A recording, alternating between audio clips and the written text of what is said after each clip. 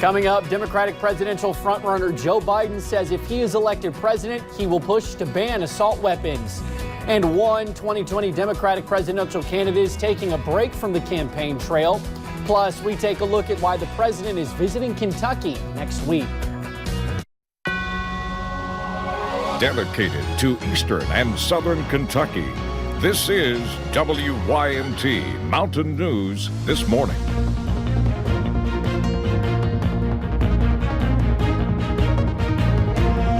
Good morning. It is 6:33 on Tuesday, August the 13th. I'm Will Puckett. Thank you for tuning in to Mountain News this morning. Today is a severe weather alert day because we are expecting some strong to possibly severe storms at some point today.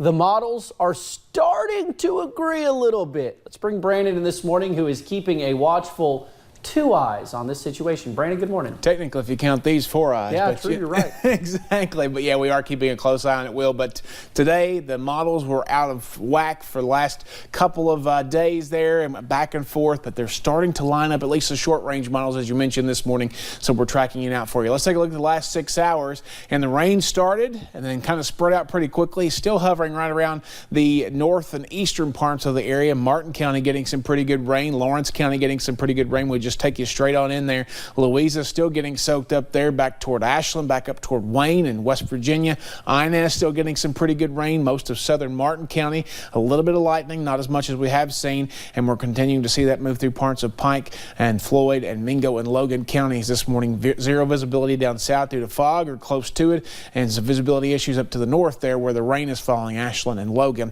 Temperatures 69 in Middlesboro. Everybody else is in the 70s, and Pikeville at 76 is the warmest spot in our region. So again, make sure you keep it locked to WYMT.com today. Keep it locked to social media, Facebook, Twitter, Instagram, and to the WYMT weather app, which you can download for free on all of the app stores there, including your phones and your tablets. Will?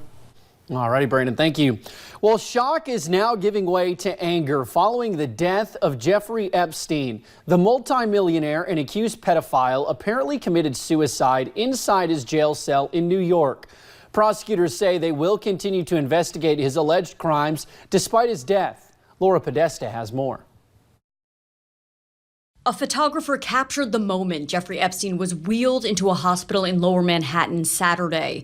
Epstein was soon pronounced dead and his body sent to the medical examiner for an autopsy. The 66-year-old multimillionaire had been in federal custody since he was arrested July 6th on sex trafficking and conspiracy charges. He was being held without bail inside New York's Metropolitan Correctional Center while awaiting next year's trial. I was appalled and frankly angry to learn of the MCC's failure to adequately secure this prisoner. Attorney General William Barr said the death of such a high-profile inmate demands answers. We are now learning of serious irregularities at this facility that are deeply concerning.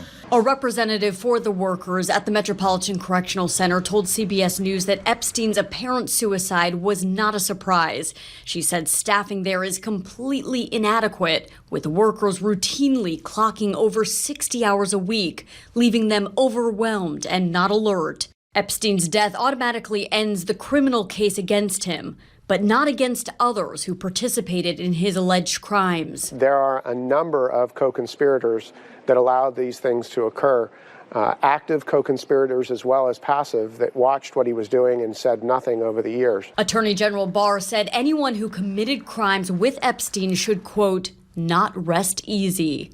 Laura Podesta, CBS News. Now, the New York City Medical Examiner's Office has not yet released the results of Epstein's autopsy.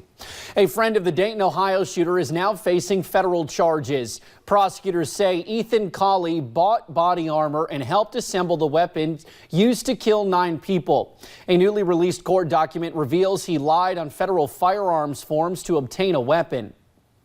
Specifically indicating that he was not a user of controlled substances when in fact he was.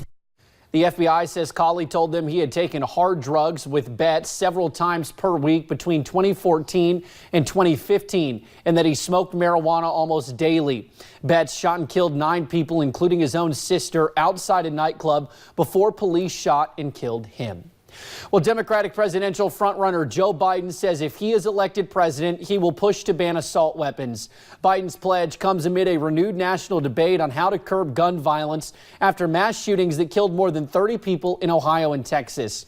The former vice president wrote in a Sunday New York Times op-ed that assault weapons are a threat to U.S. national security. In 1994, he was one of the leaders of the effort to enact a 10-year ban on assault weapons and high-capacity magazines. 2020 Democratic presidential candidate Tulsi Gabbard is taking a 2-week break from the campaign trail to serve with the Hawaiian Army National Guard.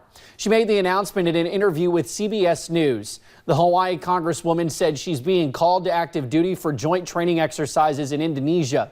She leaves tomorrow. Gabbard is a major in the National Guard and served in Iraq in 2014 and did a second tour in Kuwait in 2008. She's pointed to her military service as a qualification for commander-in-chief. The president is visiting Kentucky next week. We have learned he will address the American Veterans 75th National Convention in Louisville. The event is Wednesday, August 21st. The same day, the governor's office says the president will headline a fundraiser for Governor Bevin. The campaign has not released details about the event. This will happen less than 2 weeks after Vice President Mike Pence visited Laurel and Clay counties. Last week, during Vice President Mike Pence's visit, there was a big announcement, a $145,000 grant for one local health care provider. WYMT's Madison Pergram went to Grace Health and has more. When you walk through the doors of Grace Health, their mission is clear. Hope that they can recover, that they can get better. Written on the walls as soon as you enter the building. Hopefully show some of that love and compassion, which is part of our mission statement. And for Jennifer Lee Woods, substance use disorder coordinator, it's something applied to every individual. That's kind of one of our missions, especially with the substance use disorders, that we strive to see them for the individual that they are and not their addiction. Grace Health provides primary care to thousands of people, but the recent announcement of a grant is helping them better accomplish their mission through behavioral health services. It was very exciting just because of all the opportunities that we'll have and the resources that we'll be able to give our patients with the program. For care coordinator Kelsey Fox, that also means reaching more people.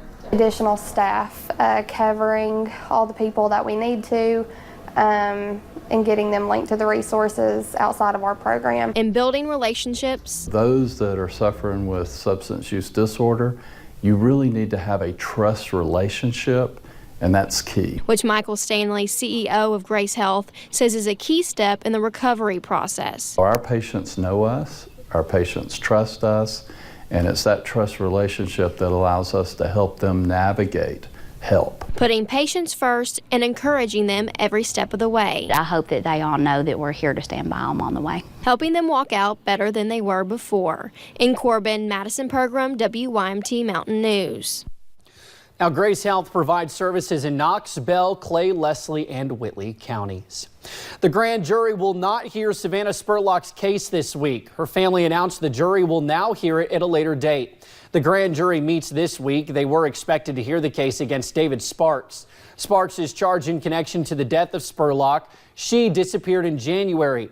Police found her body buried outside Sparks' parents' house 6 months later in Garrett County. He is charged with abuse of a corpse and tampering with evidence.